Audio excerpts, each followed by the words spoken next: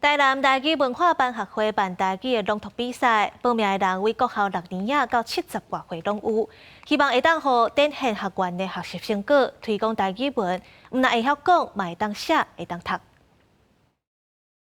第12期，唔但无爱毕业，搁那读那心息。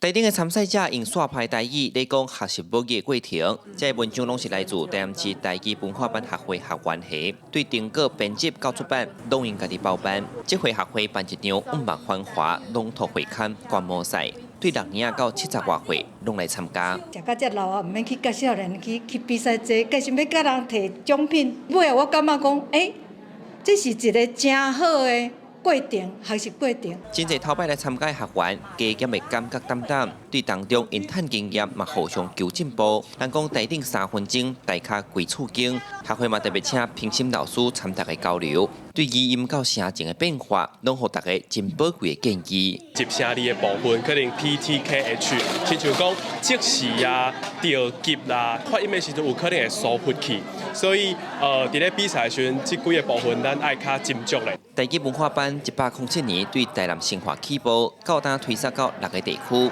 学会理事长黄良成讲，这是一个平民教育的所在，普遍的观念是台语，大家拢有在讲，那会着去学台语文，以及几档的推广，嘛看到大家进步。这个社会人士伫咱台语文化班读册，读甲有一个成就感出来，甚至佫带厝内底的人，还有亲戚好友做伙来读册。